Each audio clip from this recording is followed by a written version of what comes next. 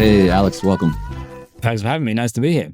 Yes. So I thought we'd start off. You have a very strong presence on LinkedIn. I think that's probably how I found out about you and the work that you do. You have about 80,000 or 85,000 or more followers. Your posts typically get very high engagement. And I'm wondering, what role does LinkedIn play in terms of your business and your lead generation, in terms of it being, a top or important channel for you? Well, it kind of became everything, really, I suppose. It's by far my biggest top of funnel area. And, there's a transition that you go through where I was a consultant, and with doing no form of like meaningful marketing at all. And then you start to think to yourself, oh, well, I don't get leads come, but they come in a very random way, a way that you don't really control, and it can be a bit feast or famine. I'm sure a lot of people know what that's like. And so you think, oh, well, if of course, if I want to get more leads, then I have to sort of publicize myself somehow. So what's the most logical place to do that? Is LinkedIn.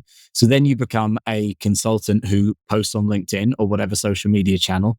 And just doing that at a kind of low level, but in decent quality way, is very worthwhile, purely from the point of view of just like generating a bit of profile and leads as a consultant. So then there's the next stage. But then, so I was doing it for maybe 6 months on a sort of low level basis, like 1,500 followers, you might get like 30 likes on a post kind of thing. And that kind of game was well worthwhile compared to not doing it. So that was like feeding nicely into the consultancy model. But then obviously now when it's grown much, much bigger, the whole really, it's so dominant that actually the nature of my job changes. I don't really see myself as being a consultant anymore. I suppose that, like, although it sounds much more wanky, I guess I'm a content creator who then the main focus of my business is frankly not servicing clients. The main focus of my business is generating content and media stuff, which then you try to monetize into different areas. So that's kind of like, obviously I'm still doing consultancy work and that's still probably the predominant earner for me. But yeah, you get to a point where it becomes like a sledgehammer to crack a nut as a consultant. Like to fill your consultancy ticket, you don't need 100,000 followers. Like just having a solid LinkedIn game would do that job. And yeah, so now I've pushed through that. And so I'm just changing the whole business really. So I got two questions for you on that. I mean, the first is, you mentioned you went from just getting started to having 1,500 followers, and even that was worth your time, as you said. But today you're at 80,000 followers, or well beyond that. When you look back to having 1,500 followers to now 85,000 followers, like what made the difference? If you kind of think, well, like, was there a chapter, a page that you turned, something that you specifically did, a decision that you made, right? A shift that you feel really took your game to that next level, or, got you in front of a lot more people, got you recognized, got a lot more engagement, just worked overall better? Well, there was, unfortunately, the bleak truth, bleak from the point of view of people listening to this, not bleak for me, is that I had one post that went viral. Like one post got me about 25,000 followers. And let's be real, that's just winning the lottery. You can't legislate for that. You can't. So you can't just bank on that. And I don't know what would have happened if it hadn't been for that one post. If I'd done everything else the same, but without that one post, I guess I still obviously would have done okay, but maybe now I'd be on like 20,000, something like that. So it would have been less so. There are consultants out there landing dream clients, charging premium fees, and building the kind of business and life that you want. And here's the thing, they're not smarter or more talented than you. They just got the right strategy. If you're tired of guessing your way through the next steps, wondering if you should raise your fees, change your marketing strategy, or find better clients, it's time to stop spinning your wheels. At Consulting Success, we've helped thousands of consultants just like you cut through the noise, get crystal clear on their goals, and build businesses that thrive. And the best part, it all starts with a free Consulting Success growth session. This is your chance to get personalized guidance on how to break through your challenges, and build the business you deserve. No fluff, no gimmicks, just real strategies that work. So why not you? Why not today? Go to consultingsuccess.com/grow and book your free session now. Let's take the guesswork out of growing your consulting business. Again, visit consultingsuccess.com/grow today. So you mentioned that the one post, right, was what added 25,000 followers for you, took you viral. I think an important maybe distinction or point for us to make is that your followers doesn't necessarily equal your revenue, right? It's not the determination of success. It could be a vanity metric. However, it does put you in front of a lot more people and thereby increase your chances of generating more leads or reaching potential clients. And I guess that you mentioned that it was almost like gambling, that people couldn't necessarily recreate it. But I think what's interesting about what you said, and this is my assumption, so correct me if I'm wrong, in order for you to reach that viral post, you were posting very consistently. It's not like you just one day wrote and then boom, hit the lottery. You were probably going at it for a long time consistently. And by doing that, you got quote unquote lucky, but the luck happened because you were consistently putting in the work. There's a lot of important points within there. So to answer your last question first, I was posting 5 days a week for about 6 months before I got there. And I was thinking about it very consciously. I was looking at the analytics. I was looking at what worked, what didn't work, blah, blah, blah. So I was pushing forward in that way. So you've got to have that constant improvement game. I see a lot of people who post a lot, but they aren't doing it in a sort of intentional way where they're sort of like changing and adapting and learning as they go. So all of this, you see those viral sort of images where it's those sort of graph of like nothing, boom. And the moral of the story is, keep going, be consistent.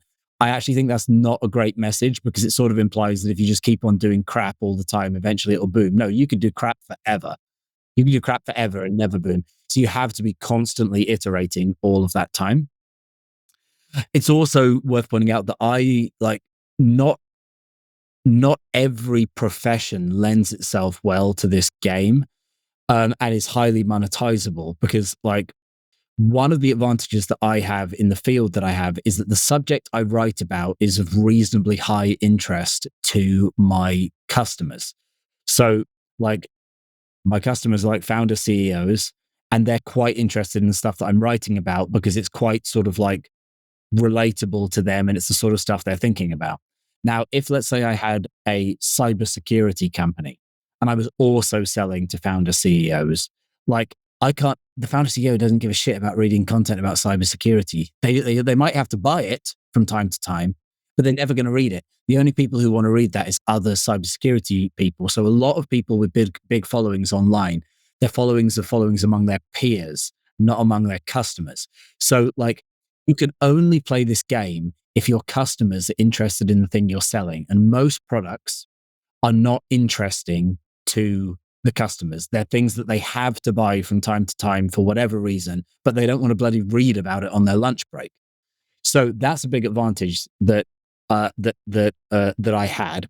Now, it isn't to say that if your audience is made up of your peers, and a lot of my audience is obviously my peers as well, it's like a mixture between sort of founders and peers. That's still very worthwhile doing, but it would change your business model because then maybe eventually you're going to monetize through courses to your peers, that kind of thing. So the game changes. So you've got to really understand how those dynamics apply in your industry. And I see a lot of people out there who using that cybersecurity analogy, they think I'm going to do all this great content about here are 5 things you need to think about when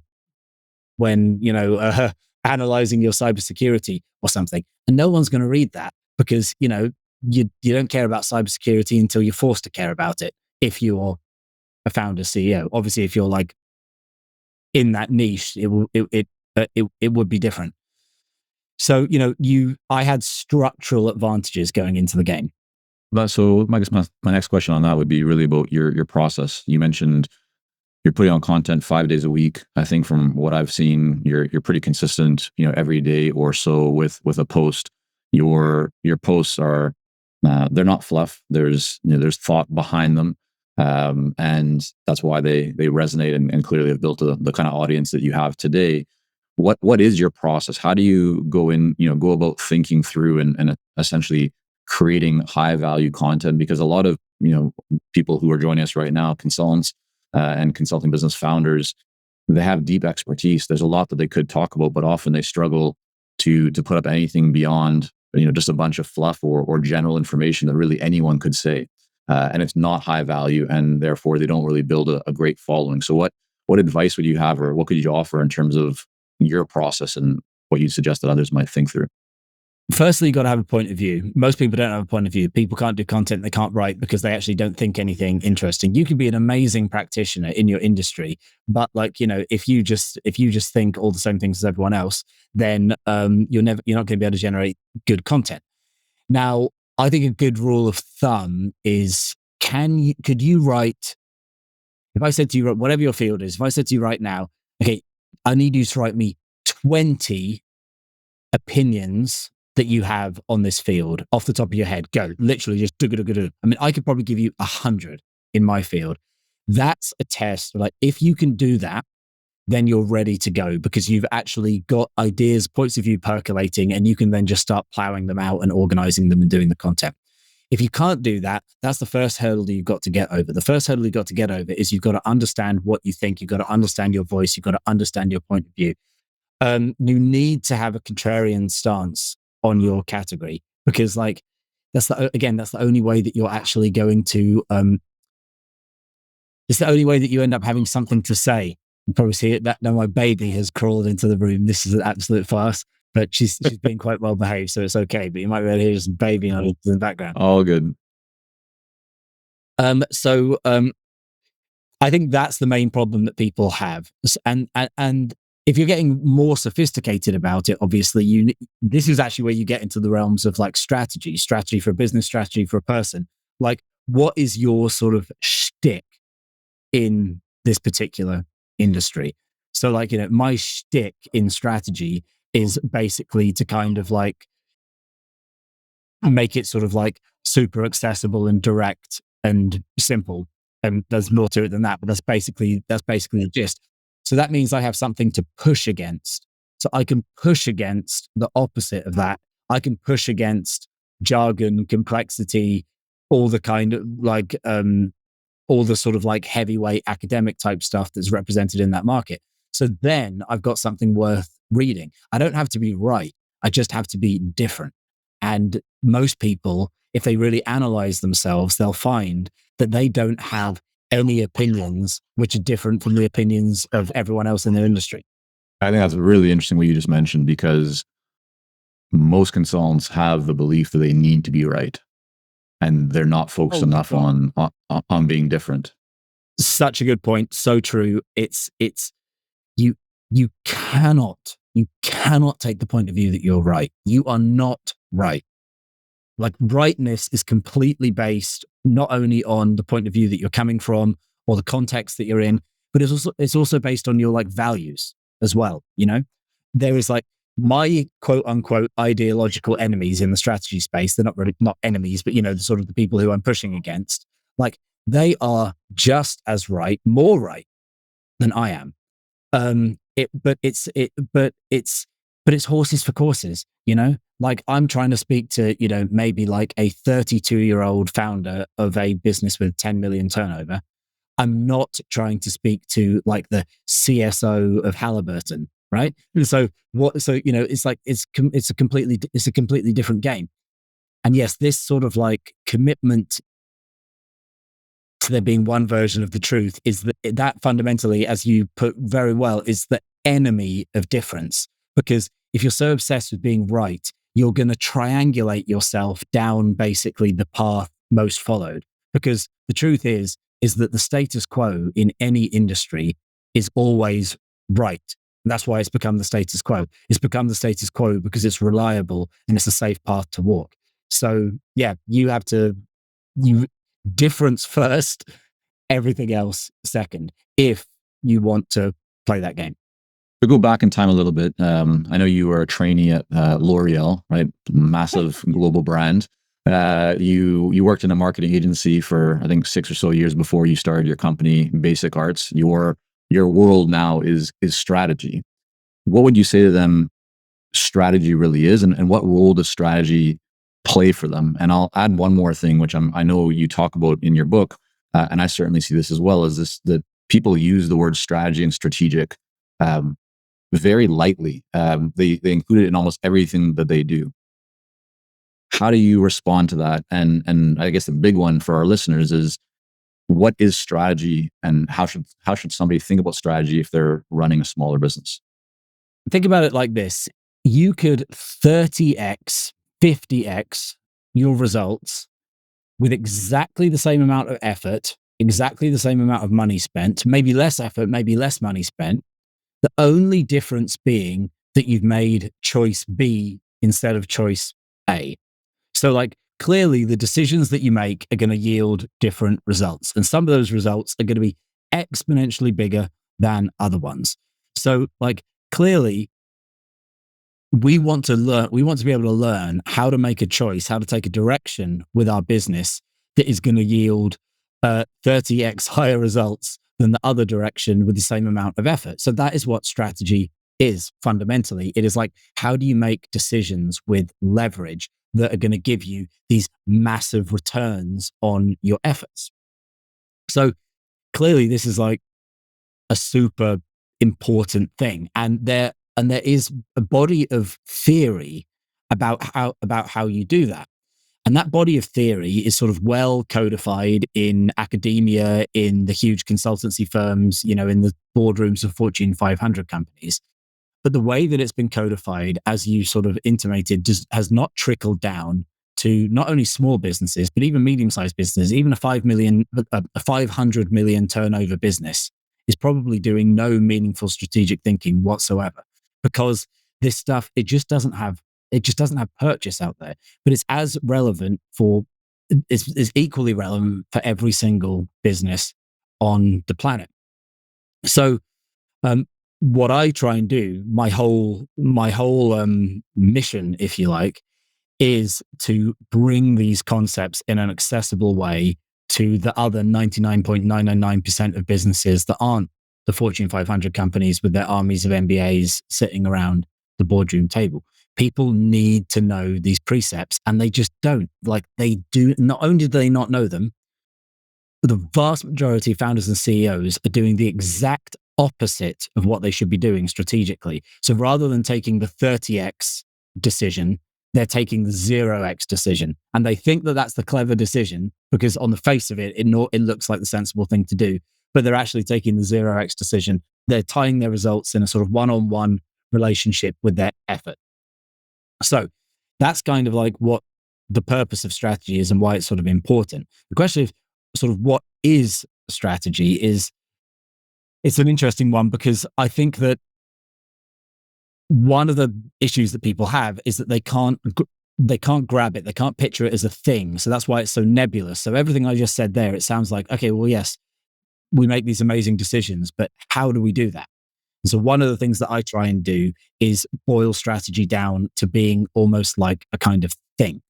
And to answer what that is, you first have to answer the question of what is a business, because you need to know what is a business, every business at its heart, if you're going to explain what a good strategy for it is. And the answer to that question is that every business is nothing more than a system designed to produce value. Every business on the whole planet, no matter how big or small or whatever, it's just a system that you put together to spit out value to the customer, to the market, and then you exchange that for value in return in the form of money. Now, when we understand this, we can also understand very naturally that how do you grow a business? You give more value. You can draw a linear relationship between the value you give and the value you collect. The biggest, richest companies in the world are the ones that found the way to generate the most amount of value. So we know from this then that the essence of good strategy is very, very simply figuring out a way to maximize the value that you put out in the world. Because if you do that, you're going to maximize the value you collect and everything's going to be easy. And I like to kind of trim it down to this one sort of existential question, which is the entire game, which is, how can we give people something that they want, but that they can't get from anywhere else? And both parts of that equation are equally important. How can we give people something they want that they can't get from anywhere else? When you think about it, it's extremely easy to do one half of that equation. And every single business out there is doing one half of that equation, but almost none of them are doing both halves of the equation. Most businesses are probably giving people something they want, as in, like, we know that people want to buy socks, and so we're selling socks, therefore we tick that part of the equation. But, oh, too bad you can get socks from loads of places. So we actually aren't really bringing new meaningful value to the market. We're just diluting what's already there. That's the situation that most businesses are in. Or occasionally you get businesses who are doing the reverse problem. Like, we are offering something nobody else offers. We are selling vegan dog food. We're totally unique. And I'm like, well, that's cool, but no one really wants vegan dog food. So you failed on the other side of this spectrum. But as you can imagine, if you can come up with a concept that is something people really want, but you're the only game in town to get it, then that business is going to make money automatically. And running that business is going to be an absolute piece of piss.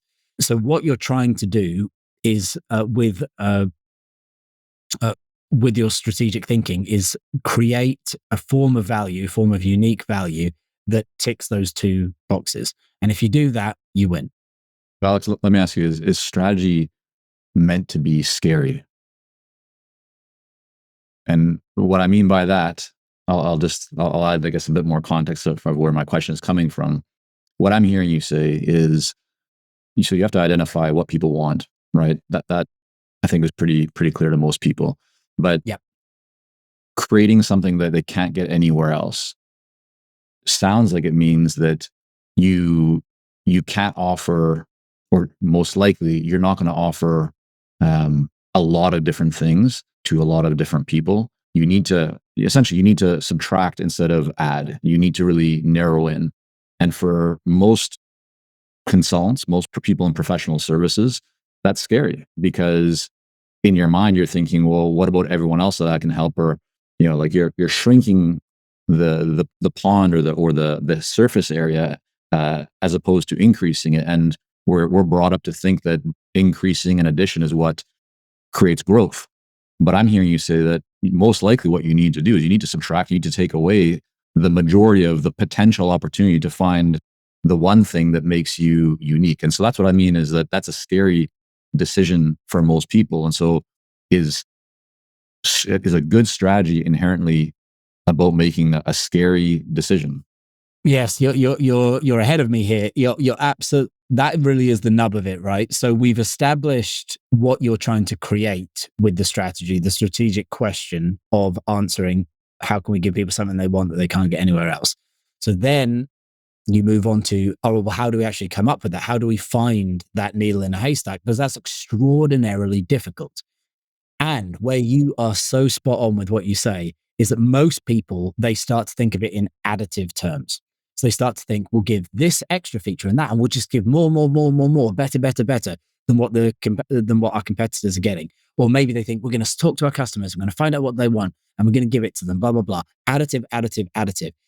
Because we're sort of in late stage capitalism kind of thing, and basically all the problems, all the obvious surface level problems in all the different categories have been solved, you're not going to find that answer. You're not going to find this sort of new, this way of giving new value with that additive approach.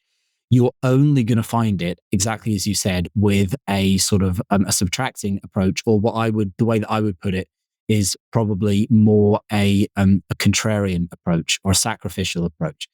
What it always involves is picking something which your competitors value, which they would never give up, which they would never ever question. And you say, well, what would it look like if we were to actually go against that or not do that? This is the same as remember I was talking about the point of view that you need to have with the LinkedIn game. That's just like that. It's the same dynamics, but that's for a person. And now we're talking about the same dynamics for a business.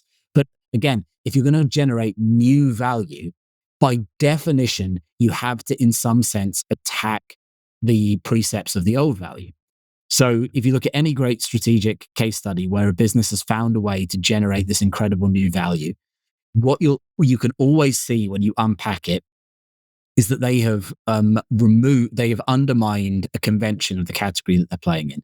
The all-time great, most perfect strategic case study, which everyone always talks about because it's just so pure and simple, is Southwest Airlines when they created the low-cost airlines category. How did they do that? They didn't do that with the additive mindset of saying, wouldn't it be great if we did really cheap flights? Wouldn't people like that? That wasn't possible because this industry is operating on razor thin margins. They're already selling tickets as cheap as they can be. So you can't just come up with that idea and then do it. It's not physically possible. What made it possible is that they did the unthinkable, is that they binned off the most lucrative customers in that industry, which is business travelers. When you remove everything that matters to business travelers, suddenly new opportunities open up. So really, the only way that you are ever going to find this needle in a haystack, this way of generating genuine new value the customer has never seen before, is you have to give something up. You have to give something over to your competitors and say, you know what? If you're a business traveler, please see my friends over here at American. Like, they'll take care of you, because that's not the game. That's not the game that we're playing.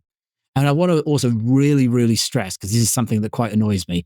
Like, this is not what I would call niching down. You hear a lot of stuff about, oh, you got to niche down until you're in that tiny little space. And people think that's how you get sort of like unique.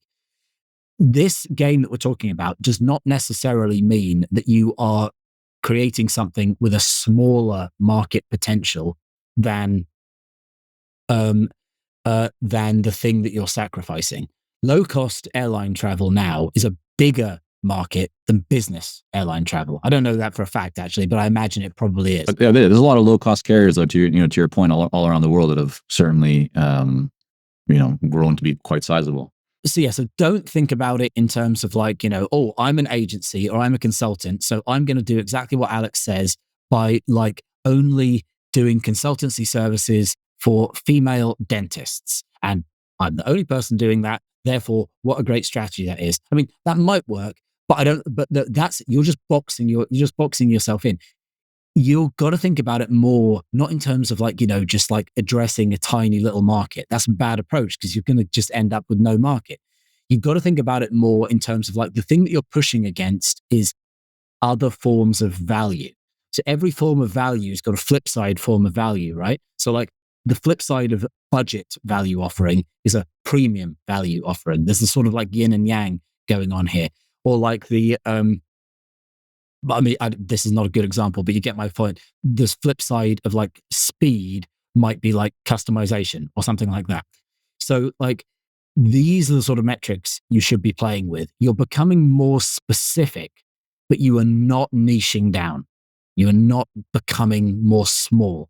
You have a message. You say making companies without competitors, right? That's kind of your message to the market of what you do.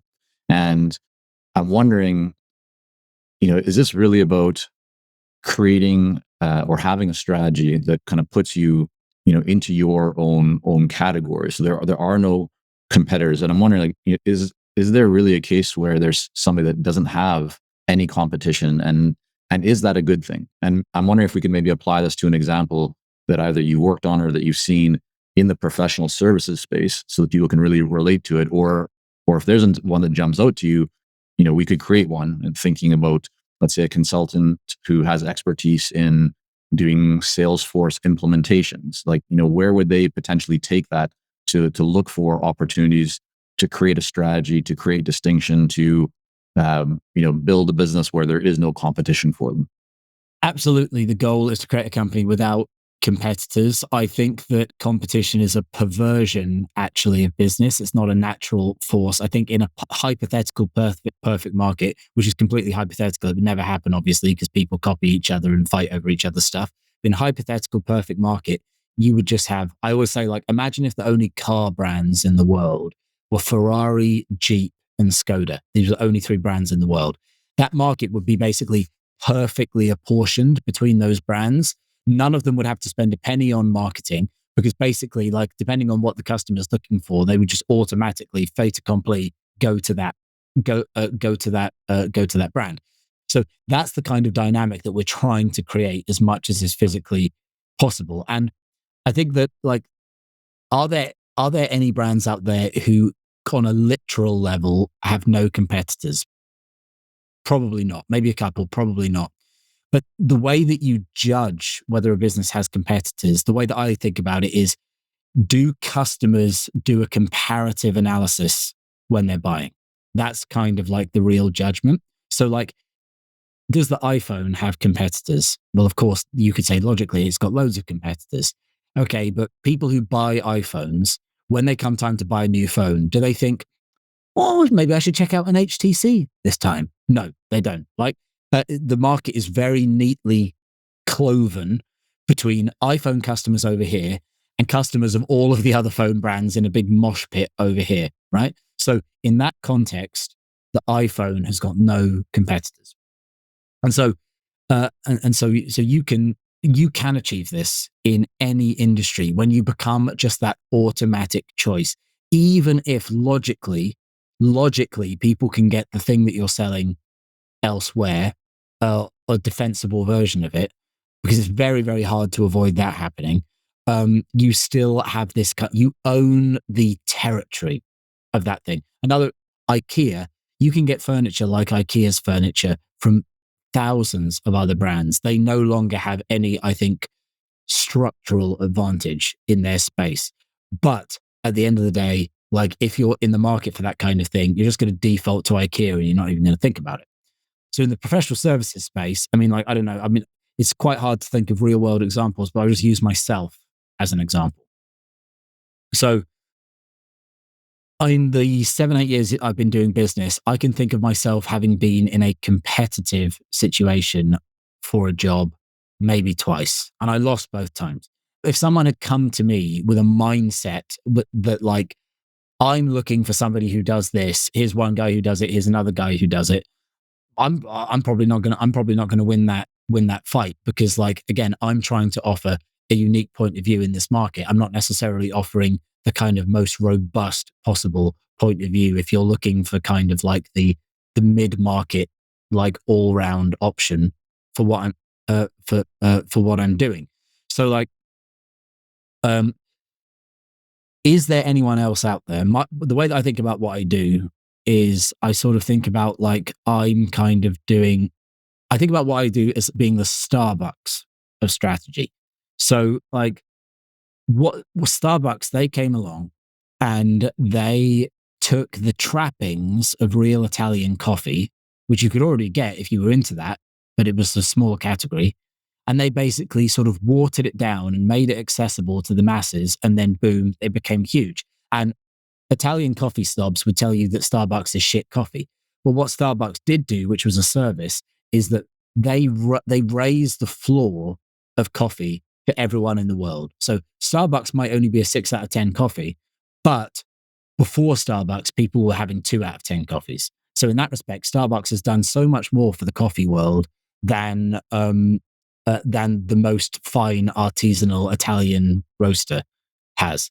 So I see my role as being similar in strategy, in that, like, if you want to get like the heavy the heavy full fat corporate version, it's there, and that's totally fine. But what I want to do is give the just enough version for the much broader group of founders, and sort of get them to that 6 out of 10 level, when before they were operating on a sort of 1 out of 10 basis. So to do this, in some senses, you could say that I have to kind of dumb down some stuff that maybe a purist would say I shouldn't be dumbing down. Or maybe I have to skirt over subtleties that that I shouldn't be skirting over. But I do this consciously, because if you start putting in all the bloody caveats and all the detail behind this stuff, then you lose the point, you lose the audience, and people are just going to do nothing. And I'd rather that they got the big stuff right, screw the details, than they didn't do anything because there was just too much crap and nonsense and jargon being thrown at them. So what I'm trying to say here, to answer your question, is that you add all of this stuff up. And are there loads of other places you can buy strategy? Yes. Do I have competitors? Yes. But is there anyone else out there who's doing what I'm doing? Not that I'm aware of. No.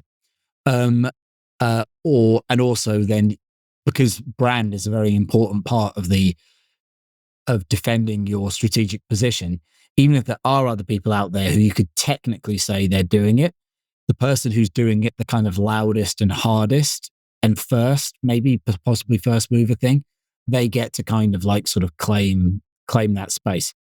So I would say that my business, I would say that I do not have competitors in the sense that I am proposing businesses don't have competitors. So Right. So there's lots of people out there that, that like from what I've seen and know many of these people who are also, they're known as, strategists and people that help large organizations with their strategy, and they're going to roll out big studies and provide very comprehensive reports.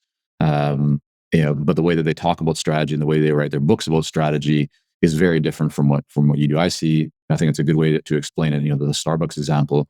You're making strategy accessible. You're making strategy easier to understand. You're making strategy exciting for the smaller companies. You're not targeting Fortune 500 global organizations, but you're also doing it in a way where it's a bit more fun, right? There's a lot of differentiation because it's not the textbook kind of drier stuff that is people typically think about strategy.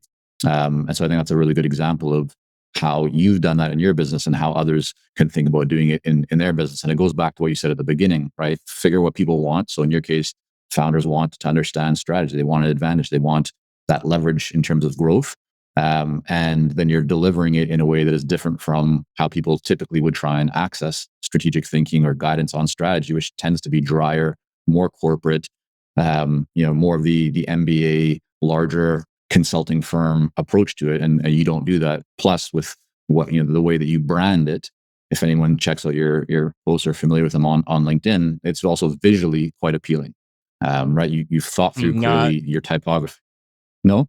Yeah, that's such an underrated hack as well. I think I know this is a very unstrategic thing to say, but I often think that like you can do quite a lot if you simply spend 3 times more money on visual branding than any of your competitors do. So look, if you're a soft drink or something like that, then that's not going to work because you're already in the elite level of sort of like visual branding. So, they're already spending hundreds of thousands of dollars. Most companies, particularly B2B companies, the aesthetics and their whole taste of their business is just dog shit. And if you just like go but if you just go to like an incredible design studio and you just throw money at the thing, I think that's going to put you ahead because it'll make you default the premium option in your category before you've even done any clever thinking at all. So this to me is a really underrated hack. It's interesting. Yeah, I thought you were going to disagree with what I was saying about my observation of what you've done in your business, but in fact, you're even raising it to a level beyond what I was likely getting to. So it's interesting that you view it as, I mean, clearly I'm not surprised because it's very clear to me that you're thoughtful about your branding, your design, the typography, all that sort of stuff. So I think that's a great one.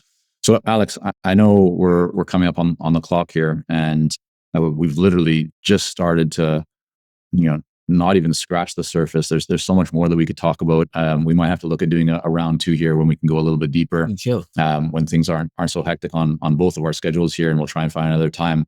But before we wrap up, first of all, I want to just thank you for coming on and sharing a bit of your thoughts. You have a great book on the topic of strategy, which I highly recommend people check out. But where's the place they should go to learn more about you and your work until we maybe have you back and do a round 2? Well, I guess, LinkedIn is the first obvious thing. I'm Alex M.H. Smith on there because obviously if you search Alex Smith, that's an ungoogleable name. That's why I have to be pretentious and say Alex M.H. Smith. And my newsletter is where I'm doing the sort of the more kind of like inside track stuff, which you can find on my website, basicarts.org/newsletter. It's all pretty easy to get there through LinkedIn and everything else. And I'm actually like next week, I don't know when this is going out, next week, I'm launching my product, the strategy shortcut system, which in the interests of, trying to democratize these ideas, like I don't want to just be like going consulting company to company. I want to plug this stuff into every company on the planet if I can do it. And so like that sort of like very direct, very straightforward tool to develop strategy for your business, that's coming out next week. So, if you go through my website, through the newsletter, whatever, you'll, depending on what time you're accessing this, you'll find it. And so, there are a lot of consultants who are on the waiting list for that, because obviously, like, people are sort of interested in kind of like taking some of these ideas and just applying them to their clients. So it's all very kind of pick up and play stuff. So that might be of interest. Good stuff. All right. Well, Alex, again, thanks so much for coming on. Thanks a lot. No, it was a lot of fun. I wish we could have gone longer. Yeah.